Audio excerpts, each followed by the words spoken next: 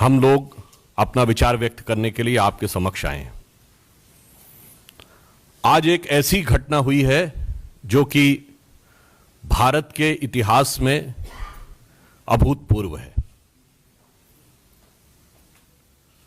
आतंकवाद के गंभीर दौरों में, आतंकवाद से गंभीर रूप से प्रभावित क्षेत्रों में भी कभी इस प्रकार के सुरक्षा की चूक नहीं हुई, या यूं कहें कि सुरक्षा के साथ ऐसा मजाक नहीं हुआ जैसा आज माननीय प्रधानमंत्री जी के साथ हुआ, कि सुरक्षा के साथ हुआ। हम सभी जानते हैं कि चाहे राष्ट्र का विकास हो, राष्ट्र का हित हो या राष्ट्रीय सुरक्षा, सभी को अपनी निजी राजनीति के तराजू पर तौलते तौलते आज वह इस सीमा तक आ गए कि मोदी जी के प्रति ईर्ष्या, मोदी जी के प्रति वैमनस्य, मोदी जी के प्रति घृणा,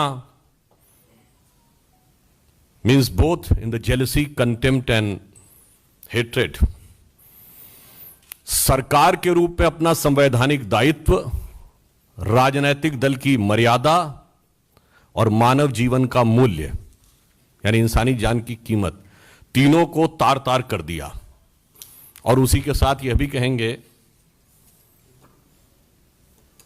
कि पंजाब की गरिमा को भी पूर्णतः धूल धूसरित कर दिया है।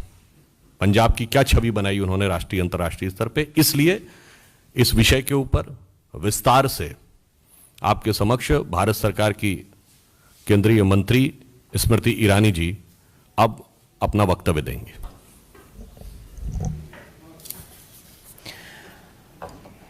Planted political instruments today were given political patronage by the Congress government in Punjab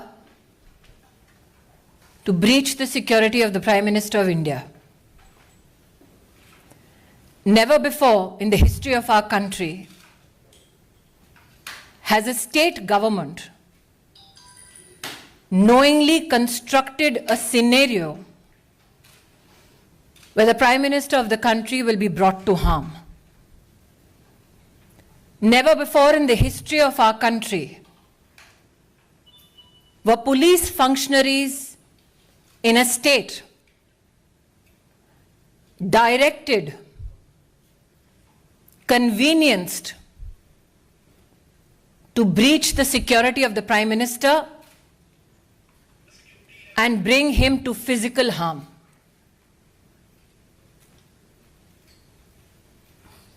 As a member of the Bharatiya Janata Party, I am sure the nation shares our outrage at this incident. We know that the Congress party hates Modi, but today they tried to harm the Prime Minister of India. Such is the breakdown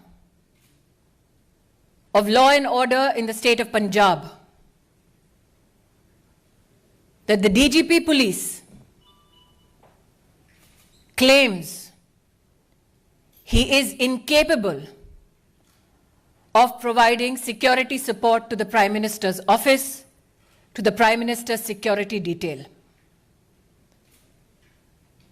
Such is the state of administration in Punjab that a security detail, a security run,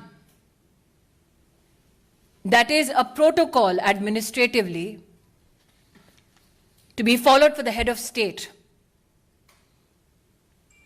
was today dismantled so that Narendra Modi could be brought to harm. The questions we as BJP Karyakarta and the nation needs to ask the Congress government in Punjab: why did the DGP police give an all clear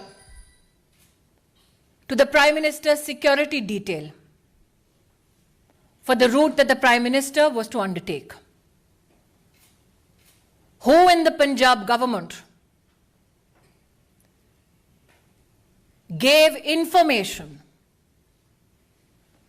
about the Prime Minister's route to individuals who planted themselves atop the flyover. Video evidence, now publicly available, brings such questions to the fore. When the Prime Minister's security detail contacted Punjab Police with regards to the circumstance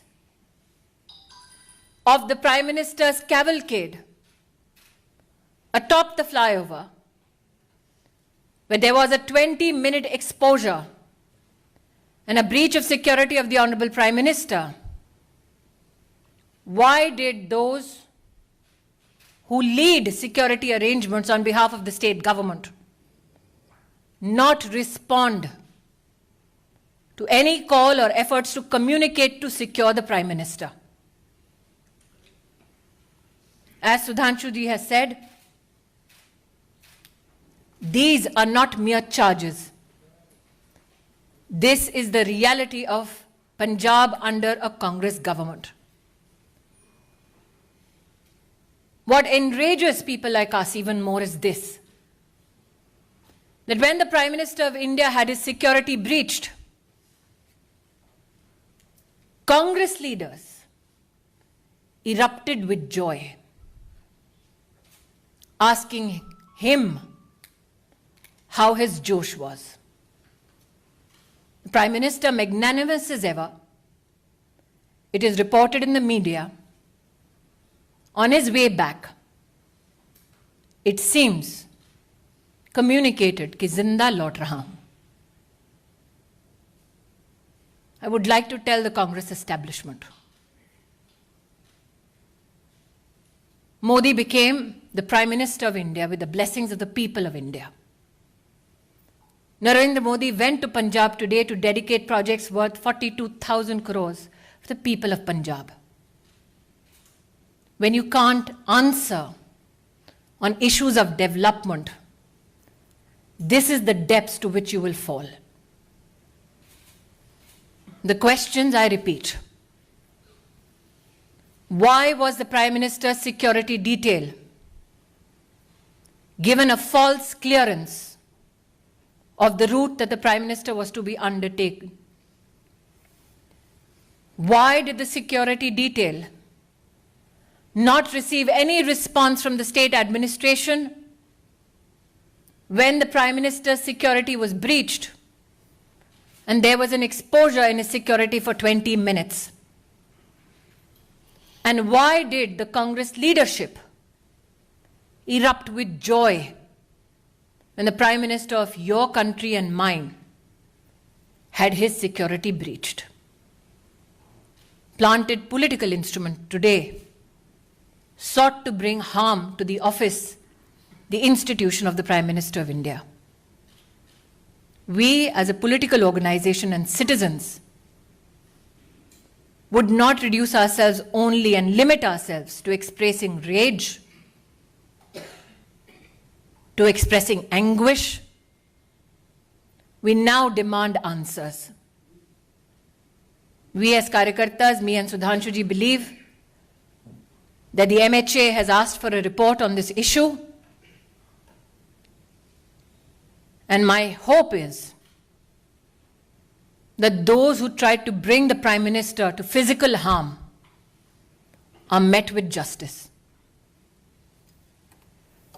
Bharat के इतिहास में आज पंजाब की पुण्य धरती पर कांग्रेस के खूनी इरादे नाकाम रहे. जो लोग कांग्रेस पार्टी में मोदी से घृणा करते हैं, वो आज देश के प्रधानमंत्री को, उनकी सिक्योरिटी को किस तरह से भंग किया जाए उसके लिए प्रयासरत थे. जो आक्रोश आप मुझ में और सुधांशु जी में देख रहे हैं, वो मात्र हमारे राजनीतिक संगठन तक सीमित नहीं है। हमने बार बार कहा, नफरत मोदी से कांग्रेस को है, हिसाब हिंदुस्तान से और हिंदुस्तान के प्रधानमंत्री से ना कीजिए। पंजाब सरकार को, कांग्रेस को आज जवाब देना होगा। प्रधानमंत्री किस रूट से एक स्थल पर पहुंचते हैं, उस पूरे रूट की सुरक्षा का प्रबंध और कोई भी गतिरोध नहीं है, ऐसा आश्वासन पंजाब पुलिस ने प्रधानमंत्री जी के सुरक्षा दस्ते को दिया। क्या जानबूझकर प्रधानमंत्री जी के सुरक्षा दस्ते को झूठ बोला गया? प्रश्न 2, प्रधानमंत्री जी के पूरे कैवलकेड को जब रोकने का प्रयास हुआ, 20 मिनट तक जब उनकी सुरक्षा भंग की गई, जिन लोगों ने प्रधानमंत्री की सुरक्षा को भंग किया, उन लोगों को प्रधानमंत्री की गाड़ी के पास तक, उस स्थल तक किसने और कैसे पहुंचाया? क्योंकि हिंदुस्तान में हर नागरिक जानता है कि प्रधानमंत्री की इस वक्त की मूवमेंट कहां, कब, कैसे हो रही है, यह साधारणतः जानकारी उपलब्ध नहीं होती। उस क्षण किसने उन लोगों को फ्लाईओवर पर भेजा, ठहराया, व्यवस्था की, इसका जवाब पंजाब की कांग्रेस सरकार को देना होगा। इस घटनाक्रम के दौरान कांग्रेस के युवा नेतृत्व ने जोश का, उत्सव का इजहार किया। किस बात का उत्सव है उनका? किस बात का जोश है? कि देश के प्रधानमंत्री को मौत की कगार पर ले गए थे। मुझे आक्रोश इस बात का है कि जब सुरक्षा कर्मियों ने पंजाब सरकार से उस समय संपर्क साधने की कोशिश की, तो मुख्यमंत्री के दफ्तर से किसी ने भी संवाद नहीं किया। किस बात का इंतजार कर रही थी कांग्रेस की सरकार पंजाब में? शायद इसीलिए मीडिया में जो रिपोर्ट्स हैं कि लौटते वक्त प्रधानमंत्री जी ने, शायद मीडिया में कुछ लोगों ने इसको रिपोर्ट किया है कि चन्नी जी के लिए संदेश दिया कि जिंदा लौट रहा हूं। मैं आज कांग्रेस पार्टी से कहना चाहती हूं,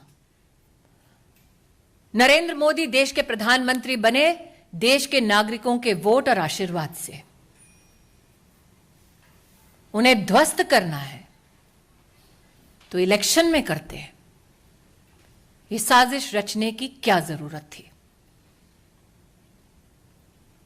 इन सभी सवालों को मात्र मैं या सुधांशु जी नहीं पूछ रहे, राष्ट्र भर में ये सवाल उठ खड़े हुए हैं। लेकिन वो लोग जो इस षड्यंत्र का हिस्सा है, उनसे कह दूं कि मेरा विश्वास है कि न्याय निश्चित रूप से होगा। बैर मोदी से है, लेकिन देश के प्रधानमंत्री का बाल बांका करने की यह साजिश, इस साजिश को देश समर्थन नहीं देगा।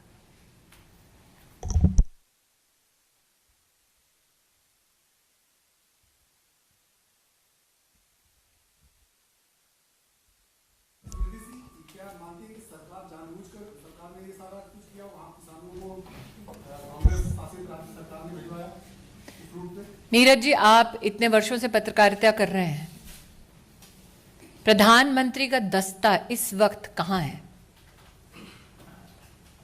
आप इसका जवाब दे पाएंगे? ये सिर्फ सुरक्षा कर्मी, सुरक्षा बल और पुलिस जानती है। उस क्षण उस फ्लाईओवर पर लोगों को किसने पहुंचाया?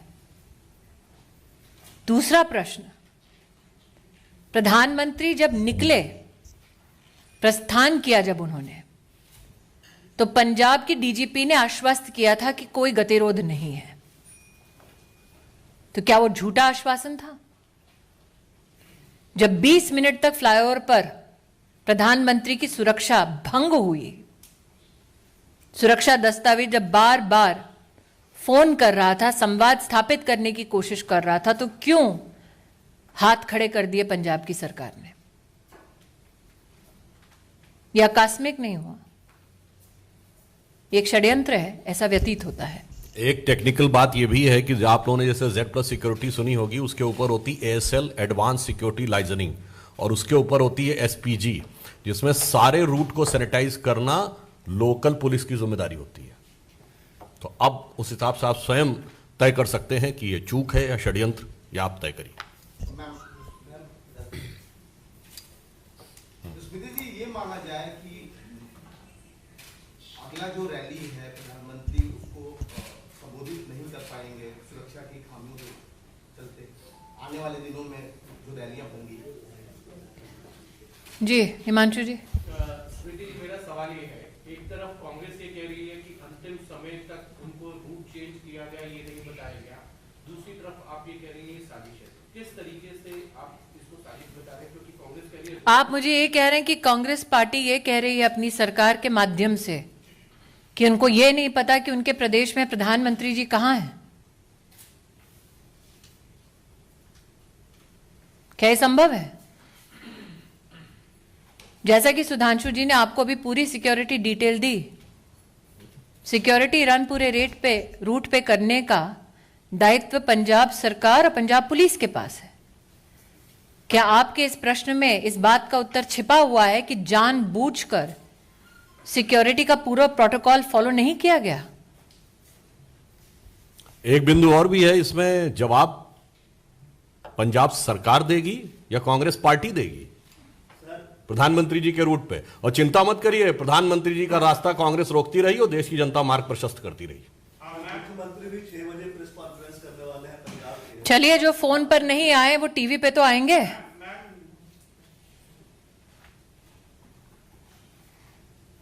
फोन पे आ जाते सुरक्षा कर्मियों के लिए तो शायद प्रेस कॉन्फ्रेंस करने की नौबत नहीं आती। और पंजाब के मुख्यमंत्री, उनकी कितनी काबिलियत है, ये कांग्रेस पार्टी के पंजाब प्रदेश के अध्यक्ष से पूछिए ना।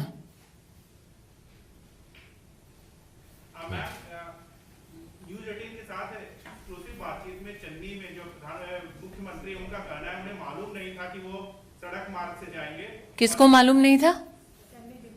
उनको मालूम नहीं था। गृह मंत्रालय की जिम्मेदारी और मुख्यमंत्री कौन है पंजाब का? उनको मालूम नहीं था कि पंजाब पुलिस ने किस प्रकार का आश्वासन दिया है, क्या सिक्योरिटी प्रोटोकॉल है? उनको मालूम नहीं था कि उनको और उनके ऑफिस को संपर्क करने का प्रयास कर रही थी सिक्योरिटी डिटेल? उनको मालूम नहीं था। लेकिन उन लोगों को मालूम था जिनको प्लांट किया गया फ्लाईओवर के ऊपर। मुख्यमंत्री को मालूम नहीं।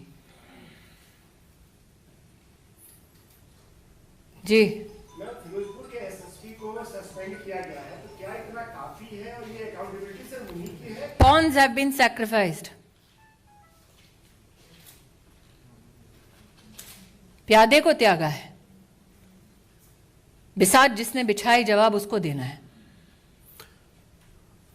प्रधानमंत्री जी की सुरक्षा का निर्णय राज्य स्तर के एजेंसीज लेती हैं कि जिले स्तर पे? और जो आपने कहा कि वो कह रहे हैं कि उनको मालूम नहीं था, इससे स्पष्ट है कि पंजाब के मुख्यमंत्री का पार्टी संगठन से तो समन्वय था नहीं, अब प्रशासन से भी समन्वय नहीं है। तो ये जो स्मृति जी ने कहा, सरकार किस गति या दुर्गति के साथ चल रही है पंजाब में, यह स्पष्ट हो जाता है।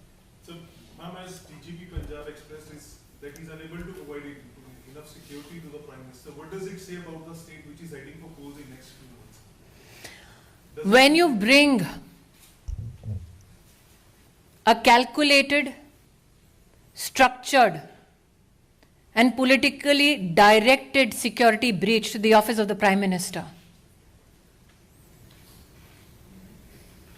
You sully the name of the institution. You sully the office that you hold. But more so, can somebody who is a part of an administration that is responsible to provide security deliberately partake in dereliction of duty so that the Prime Minister is brought to physical harm?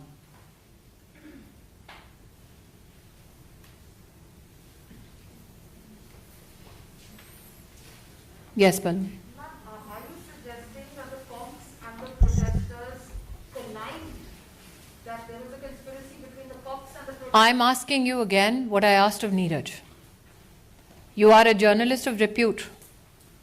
Can you currently tell me where can a political leader who has the highest security in this country be physically, right now, be available? That is an information only available to security agencies and police that is supposed to give ground cover. It seems now from the questions that have been posed in this conference that the CM of Punjab did not know where the Prime Minister was. But 5, 6, 7 men were a few feet away from the Prime Minister, which the DGP claimed was an area clear. How did they know? Who got them there? That is a question that is now being posed. So are you're raising questions My questions have been more than clear. on DGP and My questions have been more than clear.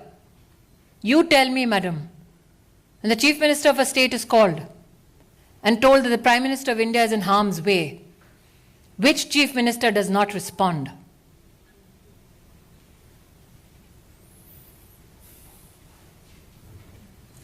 वो देश के प्रधानमंत्री हैं, मात्र BJP के नहीं.